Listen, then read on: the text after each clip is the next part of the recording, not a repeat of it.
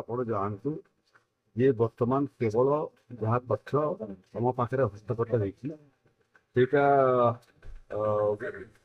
ପୂର୍ବ ମଧ୍ୟ ବେ ଅଫ୍ ବେଙ୍ଗଲରେ ଲଘୁଚାପ ସୃଷ୍ଟି ହେଇଛି। ଇଏ ଲଘୁଚାପ ଆଣ୍ଡାମାନ ସାଗର ଦେଇକରି ଆସନ୍ତା 24 ଘଣ୍ଟା ଭିତରେ ପ୍ରବାହିତ ହେବ ଏବଂ এটা ପଶ୍ଚିମ ଉତ୍ତର ଦିଗକୁ ଗତି କରିବ ବୋଲିକିରି ପ୍ରାଥମିକ ସୂଚନା ଆମର ହସ୍ତଗତ ହେଉଛି।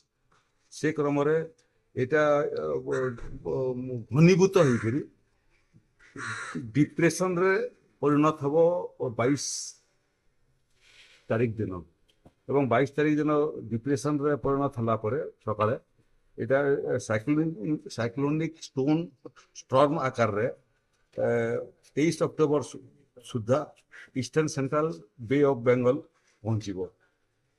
ସେଥିରେ ବର୍ଷା ଭିନ୍ନ ଜାଗାରେ ବିକ୍ଷିପ୍ତ ବର୍ଷା ହେଇପାରେ 20 ତାରିଖ ଏବଂ 21 ତାରିଖ ଦିନ। ଆଉ ଜାଇଙ୍ଗାଟିକ ୱେଷ୍ଟ ବେଙ୍ଗଲ 24-25 ତାରିଖ ବେଳକୁ ଏଇଟା ପହଞ୍ଚିବ ଏବଂ 24-25 ତାରିଖ ବେଳକୁ ହେଭିରୁ ହେଭି ରେନଫଲ୍ ହେବାର ସମ୍ଭାବନା ଅଛି। ବହୁତ ସମୟରେ ୟାକୁ ନେଇକରି ଦେଶର ଯେଉଁ ଆକଳନ ଦେଶ ବାହାରେ ମଧ୍ୟ କିଛି ପାଣିପାଗ ବିଶେଷଜ୍ଞ ମାନେ ଏବଂ ଏଜେନ୍ସି ମାନେ ଆକଳନ କରିଛନ୍ତି। ବହୁତ ସମୟରେ ଆପଣଙ୍କର ଇଏ ଲଘୁଚାପ ତାର ଗତିପଥ ମଧ୍ୟ ପରିବର୍ତ୍ତନ କରିଦେଉଛି। ଆକଳନ ଅନୁସାରେ ନ ହେଇକରି ଗତିପଥ ମଧ୍ୟ ପରିବର୍ତ୍ତନ କରିଦେଉଛି। ଆମର ସମ୍ଭାବ୍ୟ ଜିଲ୍ଲାମାନଙ୍କର ଜିଲ୍ଲାପାଳମାନଙ୍କୁ ଆଗୁଆ ସୂଚନା ଦିଆହେଇସାରିଛି। ଆଜି ଅଫିସର ସ୍ତରୀୟ ବୈଠକ ମଧ୍ୟ ହେଇଗଲାଣି। ଏସ୍ଆର୍ସି ଯେ ଏଡିସନାଲ ଚିଫ୍ ସେକ୍ରେଟାରୀ ଅଛନ୍ତି ରାଜସ୍ୱ ବିଭାଗର ଦାୟିତ୍ୱରେ, ସେ ଏ ବାବଦରେ ମଧ୍ୟ ରାଜ୍ୟର ବିଭିନ୍ନ ଅଧିକାରୀମାନଙ୍କ ସାଙ୍ଗେ କଥାବାର୍ତ୍ତା ତାଙ୍କର ସରିଗଲାଣି। ଚିଫ୍ ସେକ୍ରେଟାରୀ ମଧ୍ୟ ଏ ବାବଦରେ ଏସ୍ଆର୍ସିଙ୍କର ସାଙ୍ଗରେ ସମ୍ପର୍କରେ ଅଛନ୍ତି। କାଲି 11ଟା ବେଳେ ବୈଠକ ମଧ୍ୟ ଡକା ହେଇଛି ସବିଶେଷ ତଥ୍ୟ ହସ୍ତଗତ କରିବା ପାଇଁ। ଆମେ ସମ୍ପୂର୍ଣ୍ଣ ପ୍ରସ୍ତୁତ ଅଛୁ ସମସ୍ତ ପ୍ରକାର ପରିସ୍ଥିତିକୁ ସାମ୍ନା କରିବା ପାଇଁ।